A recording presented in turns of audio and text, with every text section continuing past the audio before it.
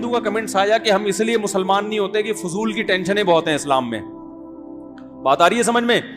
اس ہندو نے کمنٹ کیے نیچے میرے بیان کے نیچے کہ میں اس لیے اسلام قبول نہیں کرتا کہ اسلام میں یہ فضول کی ٹینشنیں بہت ہیں, کہ یہ ہو گیا تو اس سے نکاح نہیں ہو سکتا, یہ ہو گیا تو اس سے نکاح نہیں ہو سکتا. یہ تو بھائی ہمارے لیے یہ ٹینشنیں کیوں ہیں؟ یہ غیرت مند لوگوں کی زندگی ایسے ہی ہوتی ہے کہ جب آپ کے بیٹے کی شادی ہوئی اور بہو بن کے کوئی عورت گھر میں آئی تو اسلام آپ کو یہ اجازت ہی نہیں دیتا کہ آپ اس پہ ہوس کی نگاہ ڈالو. اب آپ نے جب بھی اس کو دیکھنا ہے اپنی بیٹی کی حیثیت سے دیکھنا ہے, اور محفوظ ہے. اور یہ بھی اسلام نے بتا دیا بھائی یہ طلاق بھی دے گا تو آپ اس سے شادی نہیں کر سکتے, ہو ہی نہیں سکتا, راستہ بند. تو ہمارے پاس کتنی بڑی دلیل, کسی ایتھیسٹ سے پوچھو کہ یہ غلط ہے, وہ اگر غلط کہے گا تو غلط ہونے کی دلیل نہیں, وہ صحیح کہے گا تو صحیح ہونے کی دلیل نہیں. ہمارے پاس کتنی بہترین دلیل ہے, حرمت علیکم امہاتکم وبناتکم وعماتکم وخالاتکم وبنات الاخ وبنات الاخت وامہاتکم اللاتی ارضعنکم واخواتکم من الرضاعہ وامہات نسائکم وربائبکم اللاتی فی حجورکم من نسائکم اللاتی دخلتم بہن. کیا انداز ہے. میں نے ایک انگریز کے تبصرہ پڑھا تھا اس آیت پہ. اس انگریز نے لکھا کہ مسلمانوں کے پاس یہ جو آیت ہے نا, یہ ایسی خاندانی آیت ہے, خاندانی کا لفظ میں اپنی طرف سے کہہ رہا ہوں, اس کے جو الفاظ کا اپنی زبان میں ترجمہ کر رہا ہوں. اس نے کہا سوچو جس معاشرے میں اس قانون پر عمل کیا جاتا ہوگا کیسا پاکیزہ معاشرہ ہوگا وہ. یہ انگریز کے الفاظ ہیں.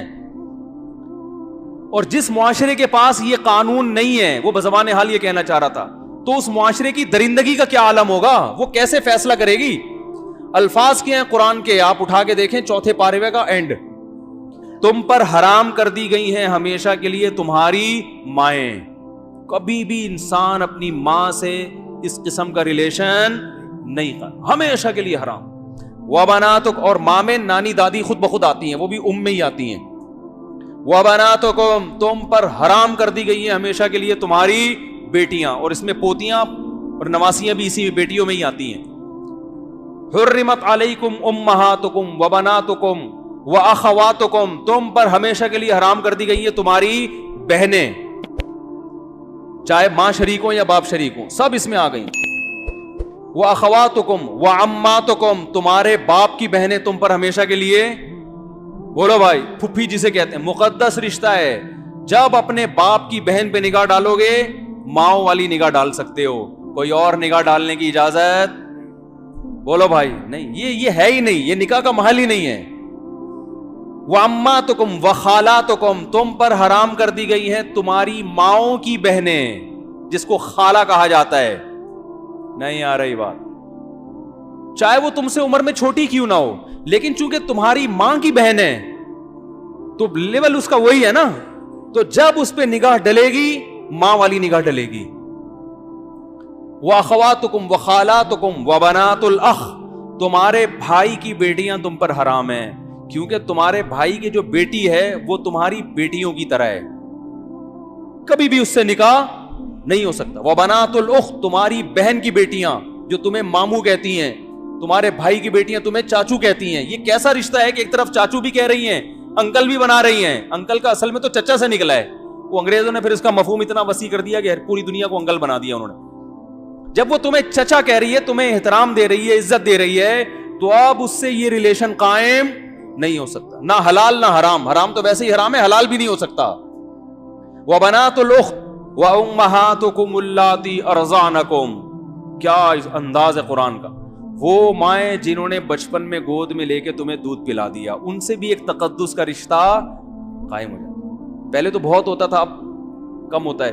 مالدار عورتیں پہلے بچے خود نہیں پالتی تھیں, عرب میں دستور تھا, پیسے دے کے کسی کو کہتے ہیں تو پال لے, جب بڑا ہو جائے ادھر دے دینا.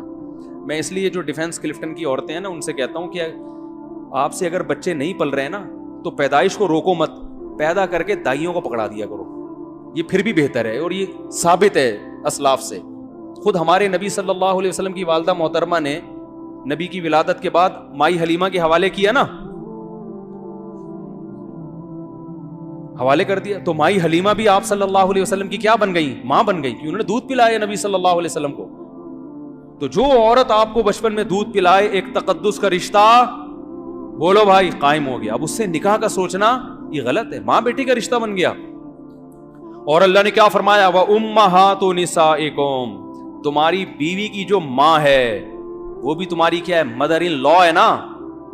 یہ کیسے ہو سکتا ہے کہ بیوی پہ جو نگاہ ڈالو وہی نگاہ اس کی ماں پہ بھی؟ نہ نہ, وہ ساس ہے, وہ تمہارے لیے ہمیشہ کے لیے, یہ رشتے ہمیشہ کے لیے حرام ہوتے ہیں, ان کے حلال ہونے کی کوئی صورت نہیں ہے.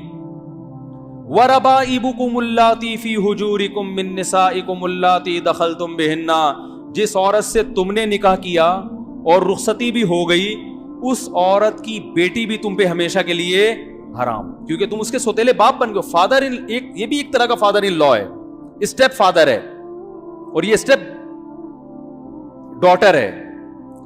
کیوں؟ اس لیے کہ اب یہ نہیں ممکن ہے کہ اس کی ماں سے بھی تمہارا ریلیشن ہو اور اسی وقت میں یا کسی زندگی کے کسی موڑ پر اب اس کی بیٹی سے بھی نہ. بھائی اس بیٹی نے تم پر ایک دفعہ باپ کی نظریں ڈال دی ہیں, کیونکہ وہ ماں کا شوہر تو باپ ہی جیسا ہوتا ہے نا.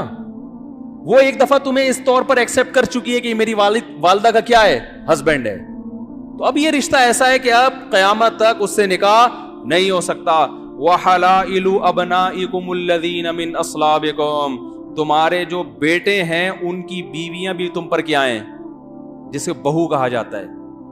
نہیں آ رہی بات؟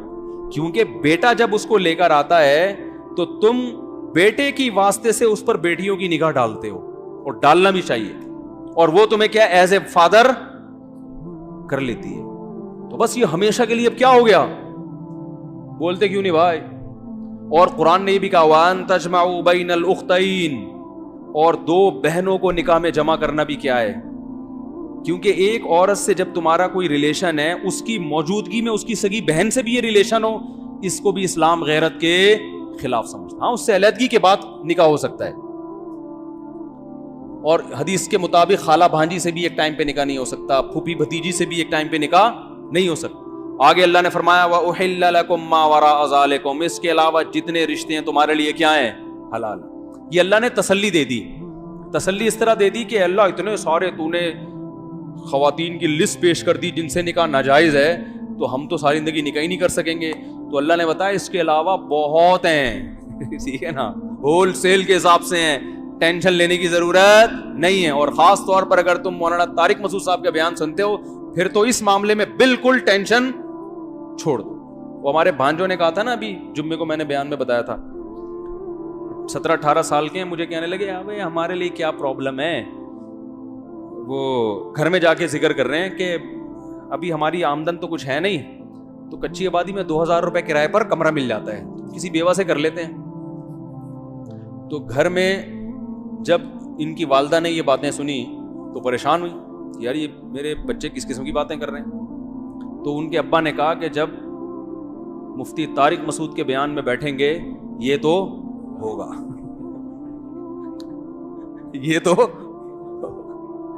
تو میں نے اب کل مجھ سے یہ ملے بڑا والا, وہ کہنے لگا ماموں ایک چیز ہمارے ذہن میں آ رہی ہے, اگر ہم کسی بیوہ سے کریں نکاح تو پہلی شادی لڑکی کی 25 سال کی عمر میں ہوتی ہے, جو عام طور پہ جو شادی ہوتی ہے کنواری لڑکیوں کی.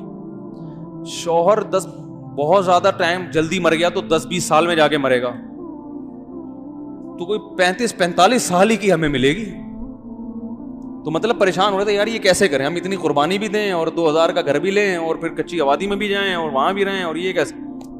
میں نے کہا بھائی یہ آرڈر پہ بیوہ کروائے بغیر یہ کام نہیں ہو سکتا. یہ کام اگر آپ اس عمر میں چاہتے ہو تو اس کے لیے کوئی ایسے ادارے سے رابطہ کرو جہاں یہ بورڈ لگا ہوا ہو کہ ہمارے ہاں اور آرڈر پہ عورتیں باقاعدہ بیوہ کروائی جاتی ہیں. قدرت کی طرف سے کسی کے بیوہ ہونے کا انتظار کرو. اور میں نے کہا دوسری بات یہ ہے کہ یہ آپ کی سوچ بہت اچھی ہے, نظریہ بہت اچھا ہے, اپریشیٹ کرتا ہوں, لیکن مسئلہ پتہ ہے کیا ہے, کیونکہ ابھی آپ کی جیب میں روکھڑا بالکل بھی نہیں ہے, تو 45 سال کی بھی کوئی بیوہ مل جائے نا تو غنیمت ہے. جو قدرت کی طرف سے بیوہ جلدی ہو گئی ہو, تو عورتیں سب سے پہلے کیا دیکھتی ہیں, روکھڑا دیکھتی ہیں. وہ میرا کلپ بھی بڑا وائرل ہوا ہے اس بارے میں, تو وہ تو دیکھتی ہیں. تو لیکن پھر میں ان کے والدین سے کہتا ہوں اگر کوئی مل جائے ان کو فری میں تو کر لو, کس نے منع کیا ہے, لیکن ہوتا نہیں ہے، اور اگر کوئی ملے گی تو ڈر ہی ہوتا ہے کہ وہ فراڈ ہی نہ ہو۔ اچھا، اس پہ ایک علمی نقطے کی بات بھی ہے، وہ پھر کسی اور، کیونکہ پورا بیان پھر ادھر ہی چلا جائے گا، پھر میں کسی اور وقت اس کو میں بتاؤں گا کہ یہ میں کبھی یہ نہیں کہتا کہ منہ اٹھا کے جہاں چاہے نکاح کر لو ٹھیک ہے نا۔ نکاح میں سب سے پہلے یہ دیکھنا پڑتا ہے، غریب لڑکی سے کرو یہ تو فائدے کی چیز ہے، لیکن یہ دیکھنا پڑے گا کہ آپ کی نسل نہ خراب ہو جائے، اور یہ قرآن سے بھی ثابت ہے۔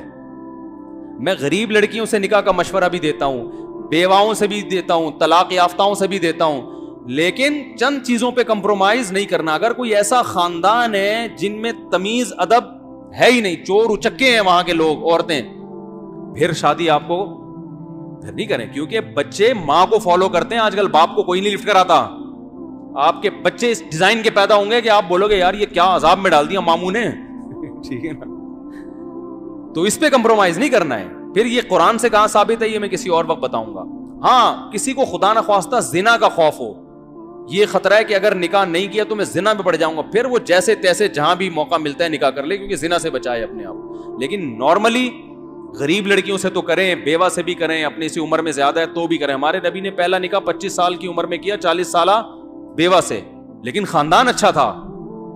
جیسے ہی نبی کو نبوت ملی ہے، سب سے پہلے تصدیق حضرت خدیجہ نے کی، ان کے تسلی کے الفاظ جیسے تھے نا، اس سے پتہ چلتا ہے کہ بڑے اچھے خاندان کی تھیں۔ کیا ارشاد فرمایا رسول اللہ صلی اللہ علیہ وسلم سے، آپ نے فرمایا ایسے فرشتہ آیا، یوں کیا، تو آپ پریشان تھے، انہوں نے فرمایا کہ اللہ آپ کو رسوا ہونے نہیں دے گا، اس لیے کہ آپ ہمیشہ بیوہ عورتوں کو سہارا دیتے ہیں، مسکینوں کا، یتیموں کا خیال کرتے ہیں، آپ کی زندگی اتنی اچھی گزری ہے۔ جن کے اعمال ایسے خاندانی ہوتے ہیں ان کے ساتھ اللہ کی مدد ہوتی ہے۔